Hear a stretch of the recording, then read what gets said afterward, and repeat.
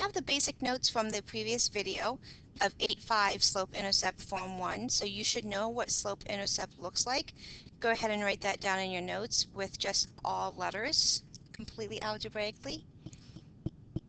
And then check to see if this is what you wrote. Hopefully it is. We have y equals mx plus b. So, and I have some questions for you. What does this right here represent? Well, there's nothing written there. What are math people too lazy to write? 1. So what is my slope? My slope is 1. What is my y-intercept? The sign goes with it. It's -4. So what does this tell me? Where am I going to see a line that gets graphed? It's going to be down at 4, right? It's going to be down here. This is my imaginary -4.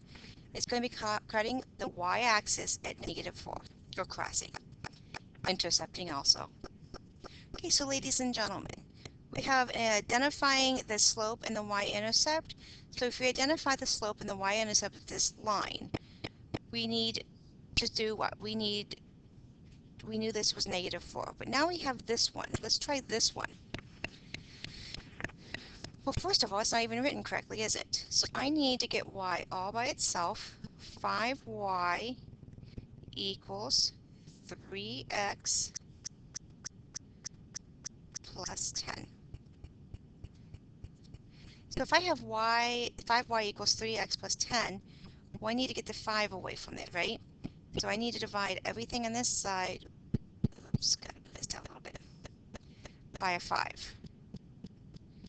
Because I'm dividing this side by a 5.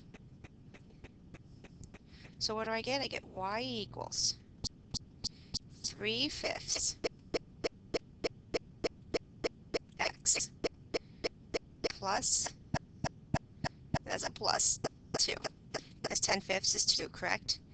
Okay, so what is my slope of the line? What is my y-intercept of this line? Well, let's start to look. So they talked to us, and they said that's the original equation. We needed to subtract 3x from both sides. Oh, that's what I forgot. How many of you caught my mistake? I hope all of you did. I didn't, though. So I'm going to subtract 3x from both sides.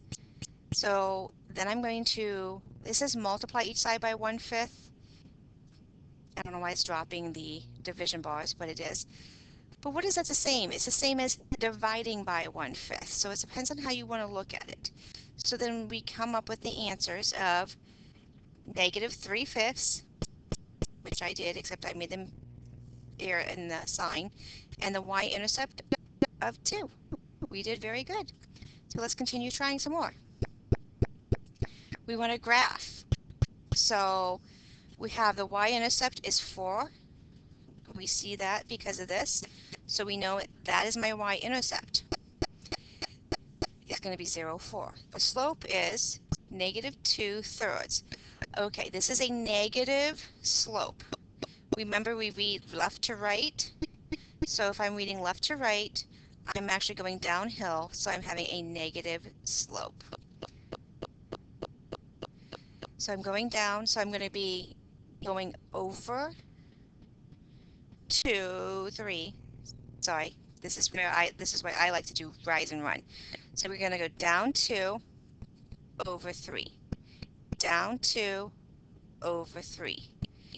And I can even figure out where the line's going to be here, because if I went backwards over 3 up 2, I still connect. So down 2 over 3. All the negative is telling me is that I'm going down, then to the right, down to the right, down to the right, because negative is just directions. So we're drawing a line between those points, which is this blue line that they gave us, and we're in good shape.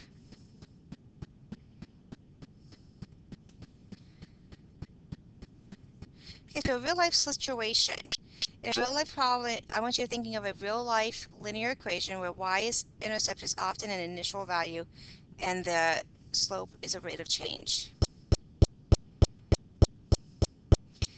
an example is in earth science. The temperature of the Earth's average is about 20 degrees Celsius in the crust just below the surface. The temperature rises about 25 degrees Celsius per kilometer of depth.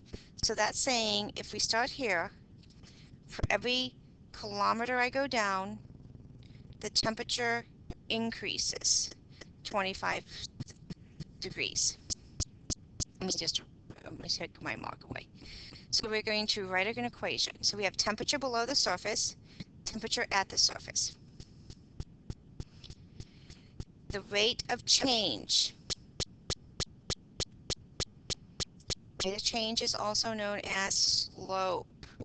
So please note that rate of change, let me erase that since I totally just did not do all that. Rate of change is the same as slope. You need to make that in your notes. That's essential for you to know. Okay. And then we have the depth. So the farther down we go, the more it's going to increase. Now you can definitely rewrite this if you prefer, having it as true slope intercept form is 25x plus 20. So this tells us we're starting at 20 on the y-axis. This tells me it's being changed at a rate of 25 degrees for every kilometer, which is x is going to represent the change in direction.